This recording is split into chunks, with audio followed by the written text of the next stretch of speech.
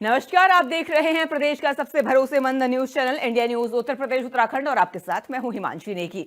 जनवरी के दूसरे सप्ताह में भीषण ठंड का कहर जारी है। प्रदेश में पूर्व से लेकर पश्चिमी इलाकों में तापमान 7 से 8 डिग्री सेल्सियस रिकॉर्ड किया गया। ऊपर से सर्द हवाओं और कोहरे ने जनजीवन को पूरी तरीके से प्रभावित कर दिया है। सबसे ठंडा शहर गोरखपुर रहा। यहां न्यूनतम तापमान 60 डिग्री से नीचे दर्ज किया गया। शनिवार को भी ठंड का सितम जारी रहेगा और इसी के साथ आपको बता दें कुछ इलाकों में धूप खिली रहेगी, लेकिन शाम को गलन और हवा से ठंड बढ़ेगी। मौसम विभाग के मुताबिक अगले 4 से 5 दिनों तक कोहरे का असर ज्यादा दिखाई देगा, खासकर पश्चिमी यूपी, जबकि पूर्वी यूपी में सर्द हवाओं का असर पूरी तरीके से दिखेगा, जिसकी वजह से ठंड अपने पूरे शबाब पर होगी। पूर्वी यूपी में गोरखपुर सबसे ठंडा रहा, जबकि राजधानी लखनऊ और आसपास के इलाकों में भी तापमान 7 से 9 डिग्री सेल्सियस रिकॉर्ड किया गया और अधिकतम तापमान 18 से 20 डिग्री सेल्सियस दर्ज किया गया। और लगातार ये ठंड अब और बढ़ रही है। हालांकि पिछले कुछ दिनों से राहत मिली है, कोहरा कम देखने को मिल रहा है और लेकिन ठंड प्रचंड है और इस ठंड से बचने के लिए लोग अलाव का सहारा ले रहे हैं। कोहरे से सड़कों पर रफ्तार थम चुकी है, जनजीवन बेहाल है और आपको बता दें कई इलाके ऐसे हैं जहां इस वक्त भी घने कोहरे की चादर नजर आ रही है। और इसी के साथ ठंड बढ़ती जा रही है। उत्तराखंड की अगर बात की जाए तो उत्तराखंड में भी सर्दी का कहर जारी है। बर्फबारी और बारिश ने अब लोगों की मुसीबत वहां पर बढ़ा दी है। ऐसे में आने वाले दिनों में ठंड और बढ़ेगी और लोगों को और भी दिक्कतों का सामना करना पड़ सकता है। आपको बता दें लगातार तापमान गिर रहा है और कोहरे के चलते विजिबिलिटी बेहद कम हो गई है। कई इलाकों में विजिबिलिटी बेहद कम है, लेकिन कुछ ऐसे इलाके हैं अब जहां पर कोहरा कम देखने को मिल रहा है। खासकर दिल्ली एनसीआर की बात की जाए तो दिल्ली एनसीआर के जो शहर है वहां इस वक्त कोहरा देखने को नहीं मिल रहा है। हालांकि पोल्यूशन एक बड़ा कारण बना हुआ है।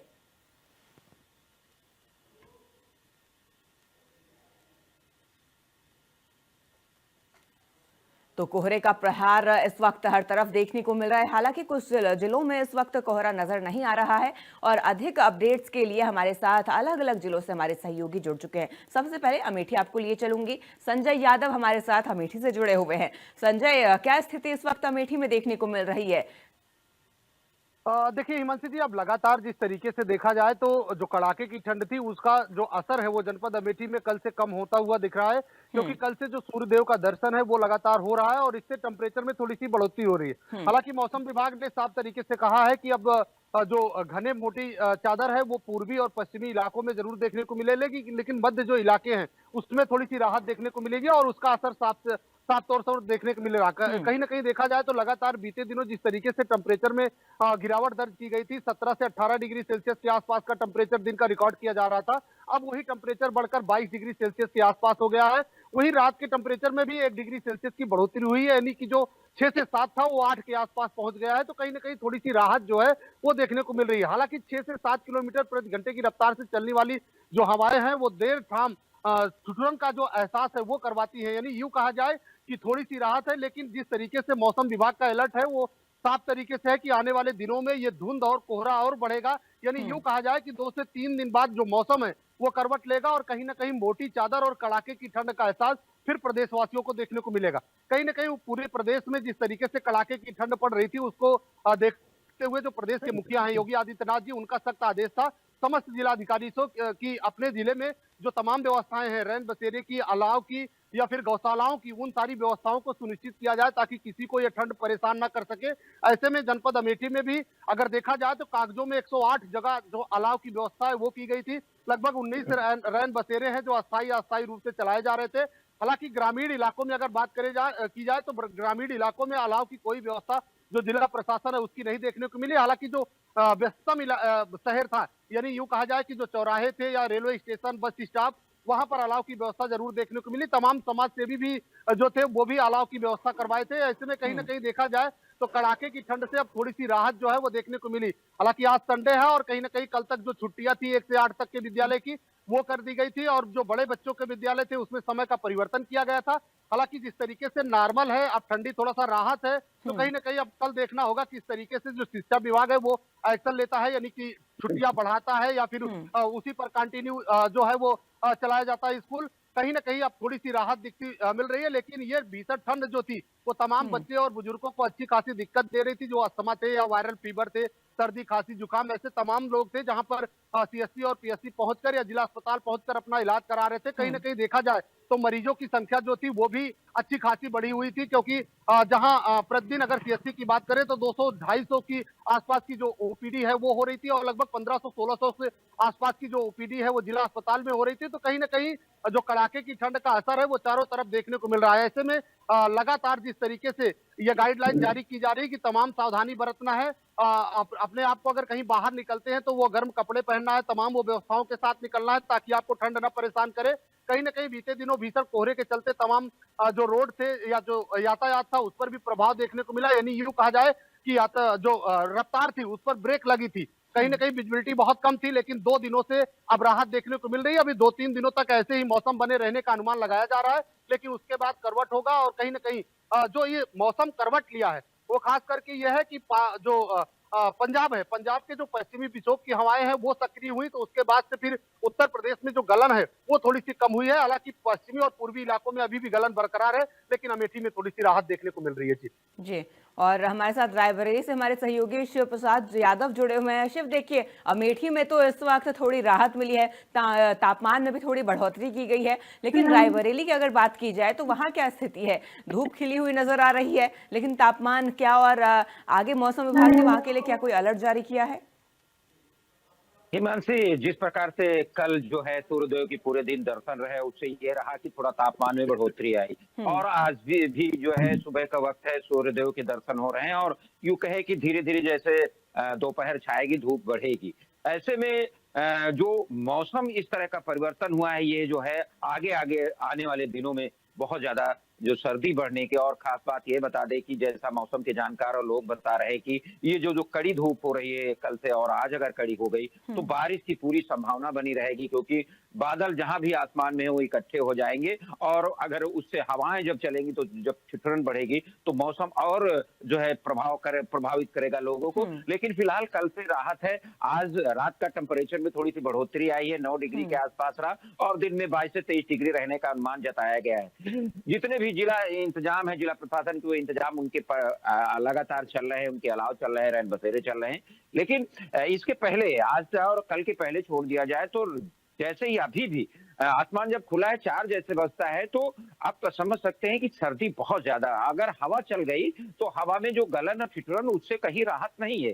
रात में आप जो टेम्परेचर है उससे कोई राहत नहीं है, लेकिन जो धूप निकल आई इससे थोड़ी सी राहत यह है कि जो बेजुबान पक्षी जानवर थे उनको थोड़ा सा धूप सेकने का यूं कहें कि थोड़ी राहत मिल गई है। जो बुजुर्ग थे, बीमार थे, वो पूरा दिन कल धूप में रहे, आपसों में जो लोग रहे या बाजारों में थोड़ा सा यूं कहें कि रौनक लौटी है। लेकिन अब ये रौनक कितने दिन तक रहेगी, इसका अनुमान जिस प्रकार से बताया जा रहा है कि 2-3 दिनों बाद मौसम फिर करवट लेगा, फिर उसी तरह का कोहरा और ठंडी हवाएं। और ऐसे में अगर कहीं जो है थोड़ी बहुत पानी बारिश हो गई तो और ज्यादा जो है ठंड बढ़ेगी, क्योंकि ठंड पूरे जनवरी माह जैसा बताया जा रहा है कि रहेगी अभी ठंड, कोहरा, धुंध।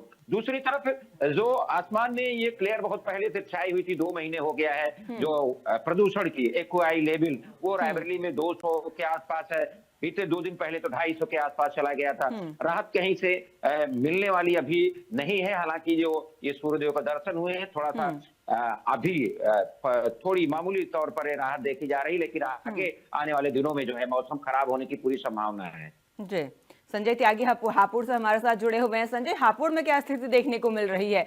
क्या इस वक्त वहां पर तापमान सबसे अधिक और सबसे न्यूनतम दर्ज किया जा रहा है?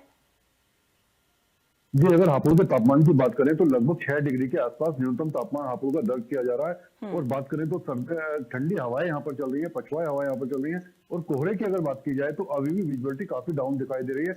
अभी अभी तो हल्का सा कोहरा बढ़ा था, लेकिन हवा के चलते कोहरा थोड़ा थोड़ा हटना शुरू हो गया है। और ऐसे में अगर बात करें तो यातायात सबसे ज्यादा प्रभावित होता हुआ नजर आ रहा है। चाहे यातायात ट्रेन की बात करें, या 4 व्हीलर की बात करें, या 2 व्हीलर की बात करें, या फिर हवाई उड़ान की बात करें, तो ऐसे में यातायात काफी प्रभावित होता हुआ दिखाई दे रहा है।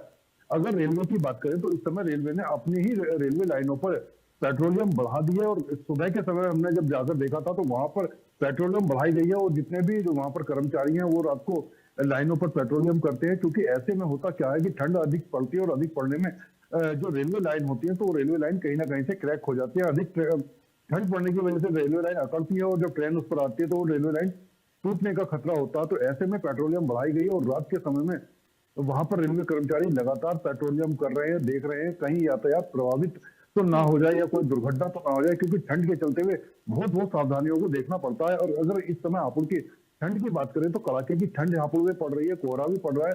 भगवान सूर्यदेव के कल हापुड़ के अंदर दर्शन हुए थे, लेकिन आज फिर से उम्मीद नहीं लग रही है कि भगवान सूर्यदेव के दर्शन दोबारा से हापुड़ के अंदर होंगे। लेकिन इस समय की अगर बात करें, ठिठुरन वाली सर्दी जो है हापुड़ में दिखाई दे रही है।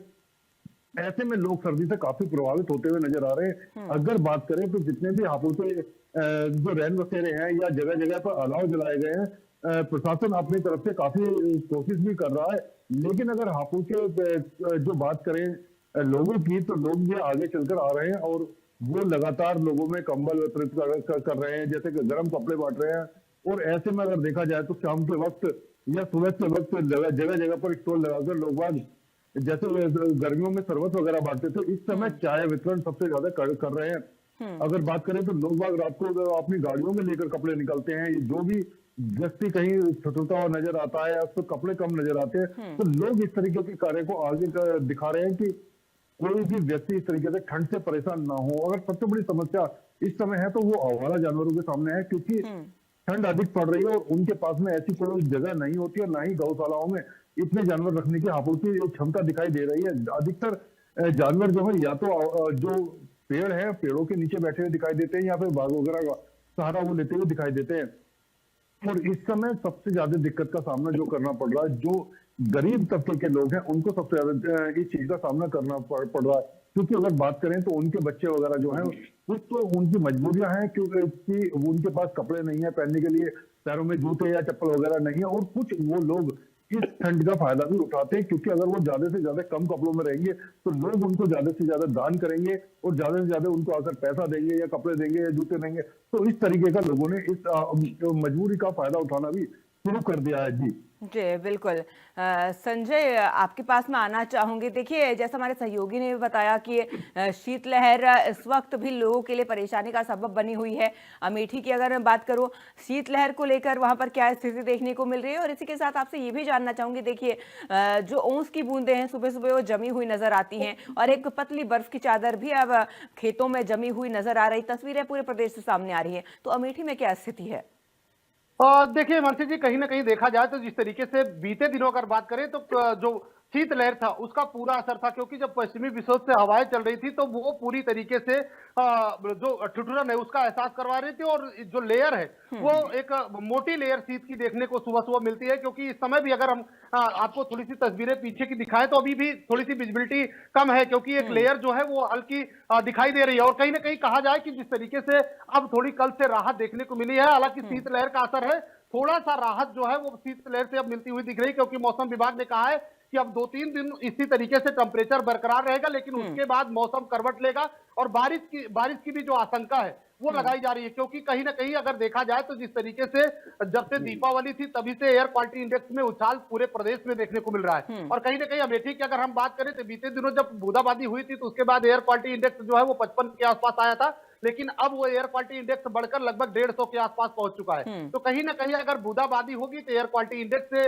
राहत मिलेगी, लेकिन भीषण कोहरा और ठंड का असर जो है वो बूंदाबांदी के बाद भी देखने को मिल सकता है। जी शिव, देखिए जैसा बारिश की संभावनाओं की बात की जा रही है और आने वाले दिनों में बारिश हो भी सकती है, मौसम विभाग की तरफ से भी ये अनुमान जताया गया है। और इस वक्त अगर मैं बात करूं रायबरेली की, वहां पर क्या बादल छाए हुए नजर आ रहे हैं?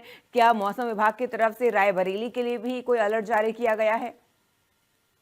हिमांशी, बादल तो नहीं दिख रहे हैं लेकिन धुंध दिख रही है। धुंध में, और ऐसे में ऐसा नहीं कि जिस पूरे दिन जैसे सूर्य निकल रहते हैं, तो ऐसे में एक इस तरह का मौसम हो जाता है कि लगता है कि बादल आ गए हैं। तो बादल होते हैं या ये धुंध की लेयर होती है, प्रदूषण की लेयर होती है, उसको स्पष्ट अभी कर पाना जरा मुश्किल है। मौसम के जानकार जैसे पहले जब 2-3 दिन पहले आसमान में बादल थे, तब उन्होंने कहा था कि बारिश जो है 9-10 तारीख को हो सकती है। तो वो बारिश का उत्तर प्रदेश के और एनसीआर इलाके में कहीं देखने को मिली है। रायबरेली में ऐसा माहौल नहीं है, लेकिन जिस प्रकार से अचानक बादल आ जाते हैं तो उससे पूरा अनुमान है कि आगे आने वाले दिनों में बारिश की पूरी संभावना, और बारिश हो जाएगी तो थोड़ी सी राहत भरी खबर ये होगी कि प्रदूषण में कमी आएगी और जो बहुत सारा धुंध, पेड़ पौधे ये सब धुल जाएंगे, पानी मिल जाएगा उनको, और जो कोहरा गिर छाया जाता है तो उसमें भी थोड़ी कमी आएगी। तो एक लोगों को मानना है ये परंपरा रही, और जैसा प्रकृति जिस प्रकार से अपने आप सब कुछ सुधार देती है, और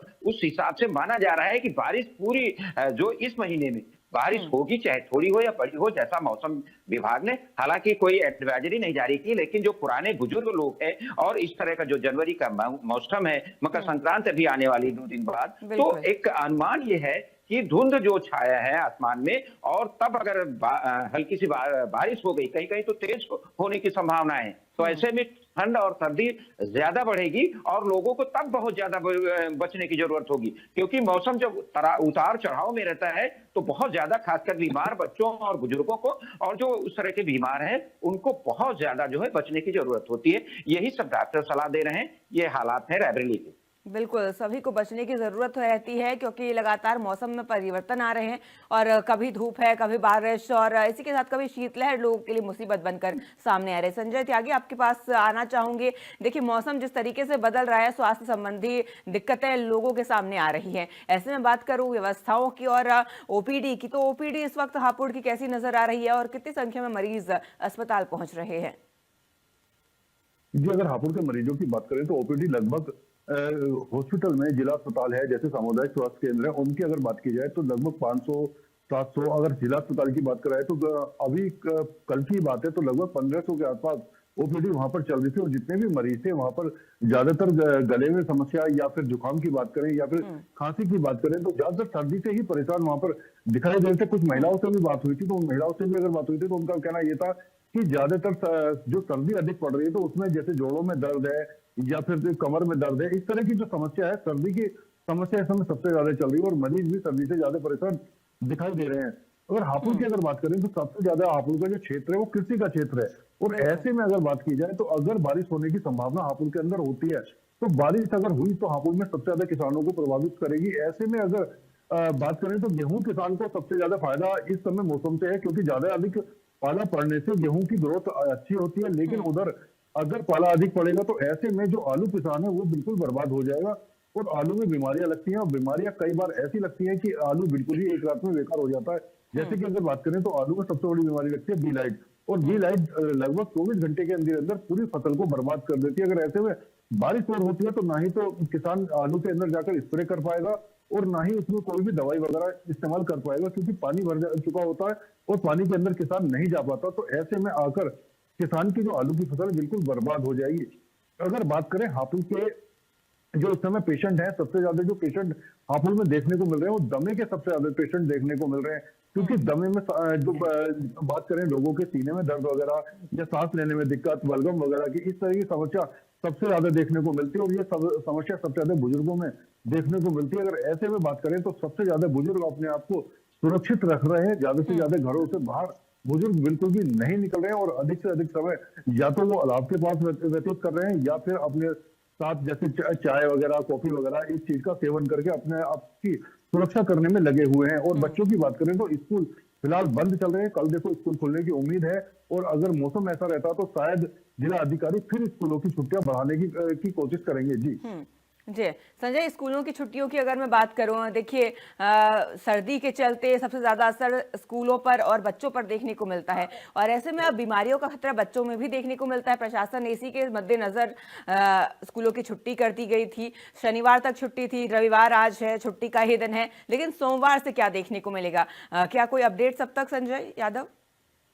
देखिए हिमांशु जी, कहीं ना कहीं अभी तक कोई अपडेट नहीं है, क्योंकि मौसम ने थोड़ा सा परिवर्तन लिया है। थोड़ा सा जो शीतलहर थी या धुंध, जो कोहरा थी, कड़ाके की ठंड, उससे राहत जरूर देखने को मिल रही है, क्योंकि कल से ही टेम्परेचर में थोड़ी सी बढ़ोतरी है। लेकिन अभी 2-3 दिनों तक टेम्परेचर में इसी तरीके से जो अनुमान है वो मौसम विभाग लगा रहा है कि ऐसे ही टेम्परेचर बना रहेगा। कहीं ना कहीं अगर ऐसे टेम्परेचर बना रहता है तो जाहिर सी बात है स्कूल चलाए जाएंगे।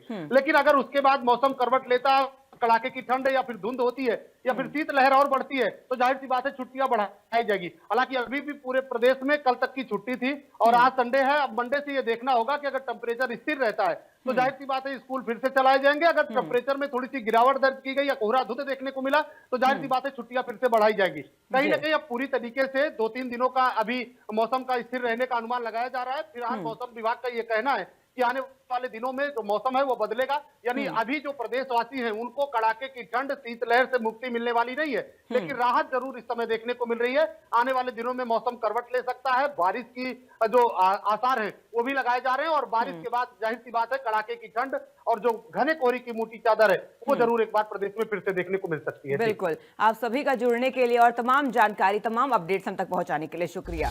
तो आपको बता दें लगातार अब कोहरे का फिलहाल पूरे प्रदेश में कुछ कुछ इलाकों में ही असर देखने को मिल रहा है, लेकिन कुछ दिन राहत मिलने के बाद आने वाले दिनों में ठंड बढ़ेगी, कोहरे की मोटी चादर भी देखने को मिल सकती है। हालांकि मौसम विभाग के अनुसार आने वाले 2-3 दिन धूप खिलेगी और राहत भरी खबर लोगों के लिए रहेगी। फिलहाल मेरे साथ इतना ही। आप बने रहिए इंडिया न्यूज उत्तर प्रदेश उत्तराखंड के साथ। नमस्कार।